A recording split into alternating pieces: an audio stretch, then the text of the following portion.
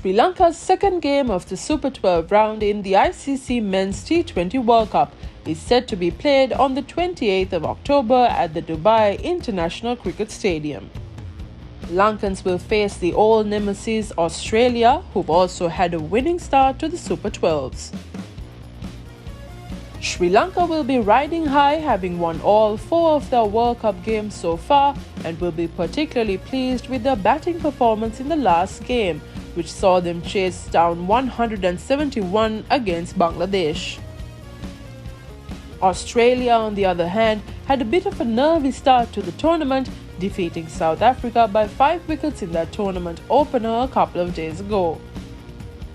The teams have not faced each other in any format for nearly 2 years, and it seems like a lot has changed since they last met in T20Is. The head-to-head results between the sides are even. However, Australia have won the last 4 encounters against the Islanders. It seems like top-order troubles have plagued both sides of late, but while Sri Lanka have shown some promising sides in the last couple of games, things seem dire for Australia. Both Pathum Nissanka and Charit Asalanka got some much-needed runs in the last game, but a cloud still hangs over the most experienced batter in Sri Lanka's lineup, Kusal Perera. Perera has not made any significant contributions in the format since returning to the team after recovering from COVID, but Australia will surely have their eyes on him as the big wicket in Sri Lanka's lineup. The Aussies have problems of their own at the top of the order, with captain Aaron Finch and David Warner struggling for runs. Neither comes into the tournament with any semblance of form. However, both enjoyed facing up to the Sri Lankan bowlers in the last series the two teams played each other in, and so Sri Lanka will not want to take them lightly. Much has changed for the better in the Sri Lankan bowling lineup since that series, but Mahesh Theekshana's fitness will certainly be in focus come Thursday. Where the richest offerings of nature are turned into a finer form through pure craftsmanship. And I'm not talking about the sapphire on my ring. Lanka tiles, designed for you, desired by the world. Sri Lanka will be quite happy with how things have panned out so far in the tournament in terms of personnel. However, one does feel that things are only going to get harder from this point onwards, with some big games coming up.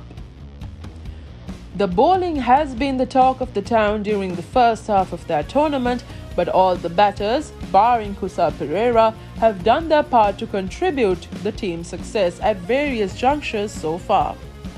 Perera will likely be given the long rope considering the impact he could make on his day, so expect no changes on that front. Mahesh Theekshana's fitness will be key to Sri Lanka's balance as a bowling unit. He is expected to return to the side after being more or less rested for the game against Bangladesh following a side strain he picked up against the Netherlands in round 1. This would mean that Binura Fernando will be benched after an unimpressive performance against the Tigers. Following a winning performance against the Proteas over the weekend, it is unlikely that Justin Langer and co will make any changes to the Australian side for this game. However, one does feel that this may be one of the final chances for their opening pair of Warner and Finch, with nearly every game proving to be critical in Group 1 of the Super 12s. With 5 of Australia's top 7 being right-handers, Wanindu Hasaranga will definitely be an important cog in Sri Lanka's plans to restrict the Aussie batters. Along with him, Mahesh Theekshana would also be someone to keep an eye on as he returns to the fold after missing the first game of the Super 12s. Australia have not seen the mystery spinner before, as he only made his international debut last month, but will be wary of his variations, especially as he is likely to be used in the power play against the out-of-form openers.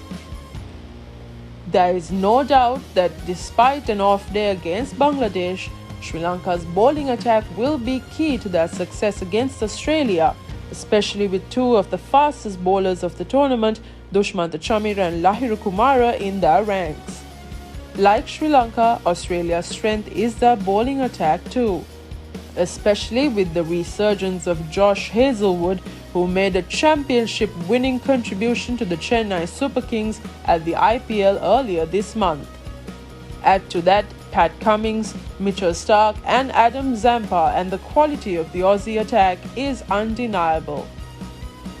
With the bat, Glenn Maxwell is one that the Sri Lankans will definitely have an eye on. Maxwell is someone who can change the game in an over or two with the bat and will be someone Australia is relying on to get them to big totals. The surface in Dubai looked pretty decent for batting during South Africa's win against the West Indies on Tuesday. However, there certainly seemed to be something in it for the bowlers as well, which both teams will enjoy considering the quality of the two attacks. With the weather likely to be pretty consistently hot and humid, and with this being a night game, dew may become a factor, particularly in the second innings as we saw in the game between India and Pakistan.